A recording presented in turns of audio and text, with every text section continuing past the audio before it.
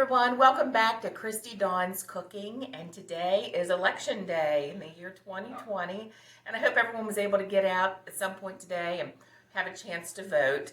I know that I am not the only one that has bananas that look like this in their kitchen.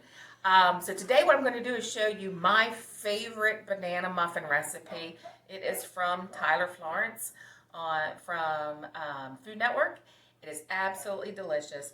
So, with that being said, let's get cooking. The first thing that I did is I turned the oven on to 375 to preheat. Next, what we're going to do is we actually need 4 overripe bananas. So, I am going to take 2 of these that are extremely overripe, and I'm going to put them into my mixer with a paddle attachment. This one is really soft at the bottom. I'm going to take a look at it and see what it looks like. Okay, yeah, we're not going to use that. So I'm going to get rid of those. Okay. With the other 2, what I'm going to do is I'm actually going to cut them up into small pieces. And we are going to fold those in at the end by hand. That way the muffins have not only a banana taste, 2 different textures, I should say.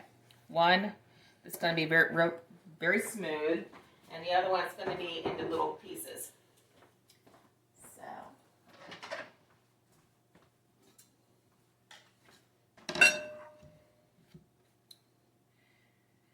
just easily cut down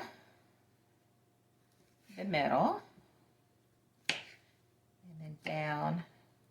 It doesn't have to be perfect.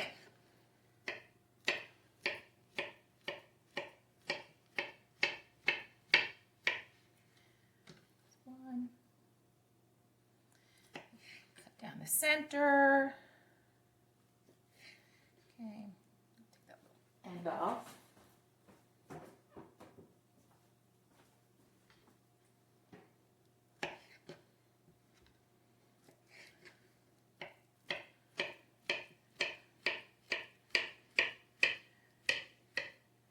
Okay, so the bananas are all prepped. We're going to go ahead and put this on the side. We'll save this for the end.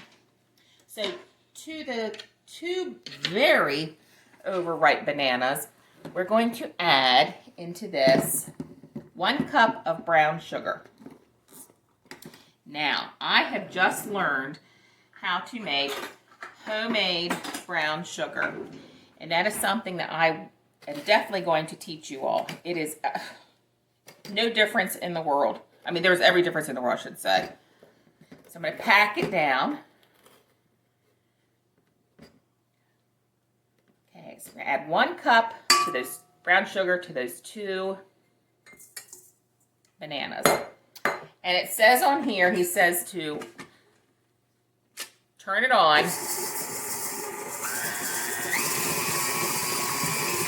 and mix it like you mean it. This, I just got this about a year ago. This is wonderful. It's a brown sugar keeper, and actually this little clay, kind of like a terracotta, I soak this in water and it keeps the brown sugar from drying out. So I can actually link that down below, and you can go on to Amazon and you can purchase it. So we're going to let that go for a couple minutes. Okay, and 3 minutes is up, so I'm going to go ahead and turn that down. If y'all can see in there. Okay, now what the recipe calls for us to do is to add 3/4 of a cup of melted and cooled butter. That is a lot of butter, 1.5 sticks. That's why this is so good. So what I usually do is I just go ahead and I melt it till it's about halfway. See, I don't know if you can see that there's still pieces of butter in there. So if you give it a stir,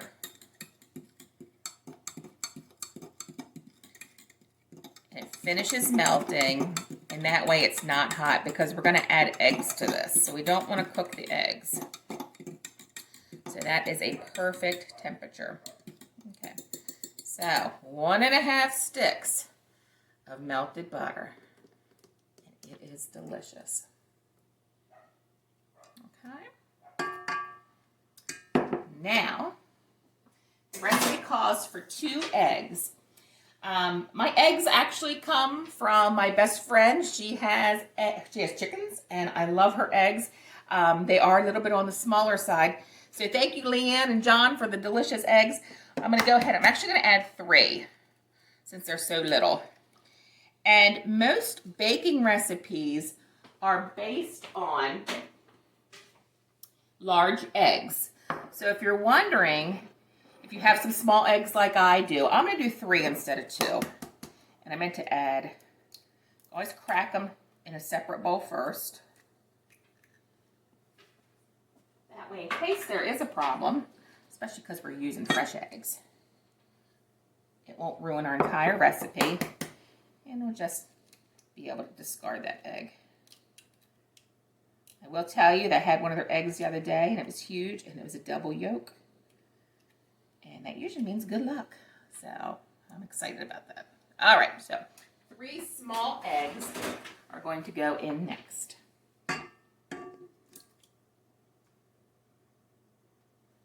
All right.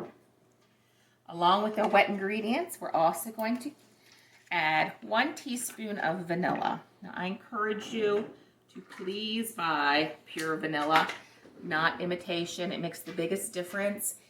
And I know that vanilla is so expensive right now. There was a shortage with vanilla beans a couple years ago, and it made the cost of vanilla go through the roof.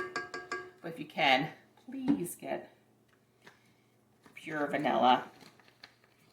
It makes all the difference in the world. Okay, so now we're going to add mix those up. Everything's been added. Oh, my timer's ready on my oven's ready. It's preheated. So we're just going to let this go for a couple minutes. When it looks like it's all incorporated, we're going to stop and just scrape down the sides. Make sure we get everything well incorporated.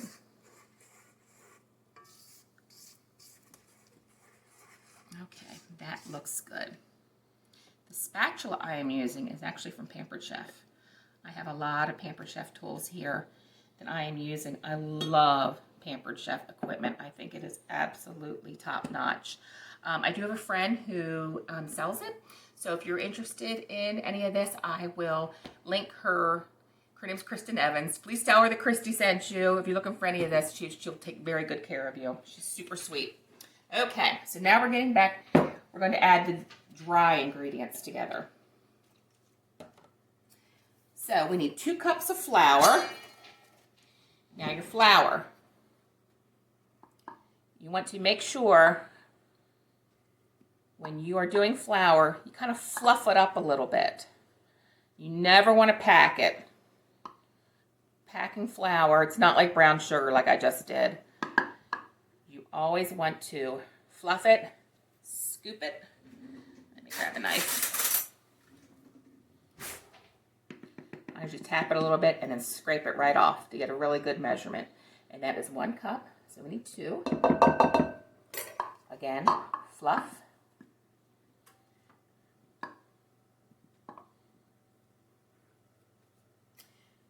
I got this, like a couple people have asked me where I get my my flour and my sugar containers.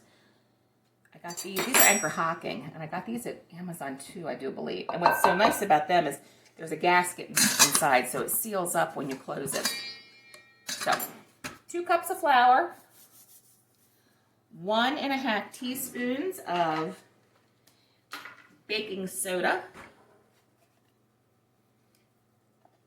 And if you have baking soda that's been around for over a year, it's probably time to get rid of it and get a new one because they kind of lose their potency. So with baking soda and with baking powder, it's a good idea. They actually say every 6 months. Of course, I know it's the manufacturers and they want us to buy them, but they usually say 6 months to replace them. Okay, and 1/2 teaspoon of salt. And I use kosher salt. All right. We are going to mix this up a little bit to make sure it's well blended.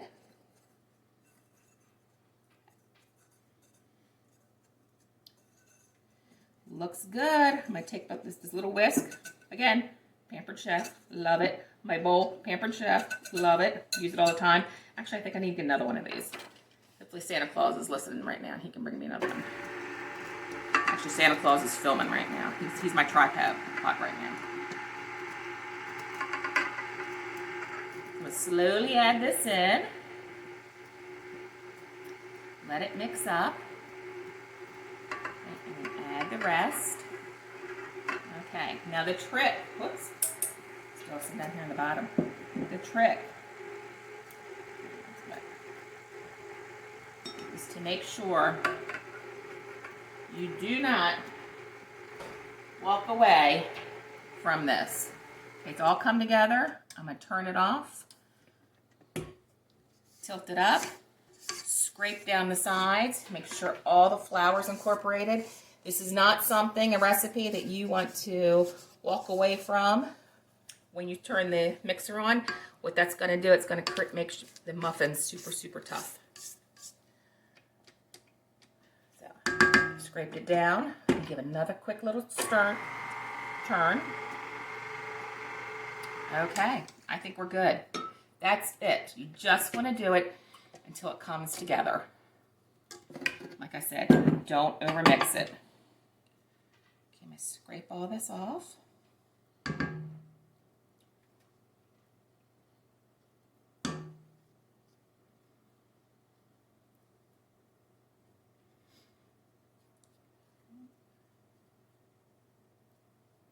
right. Now those bananas that we cut up earlier, we'll go ahead and add those in.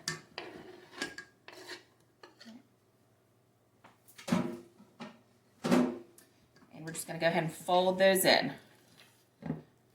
Doesn't matter if they break up. You don't have to worry about that. You just want to try and keep the shape as much as possible. Make sure you get down. Bring everything up.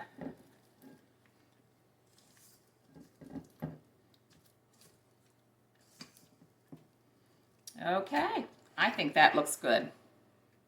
So next, what we need to do, I'm going to clean up a little bit. I went ahead and put some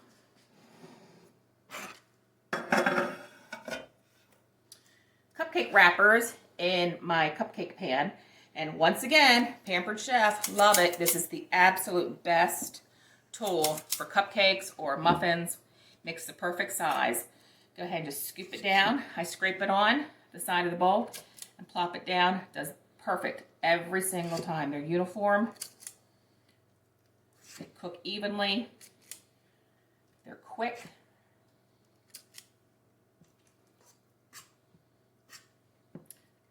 So this is 12 here. And it usually, I think this usually makes, I think about 18. There's usually 1.5 trays of this. I only have one tray, so I'm just going to do one at a time.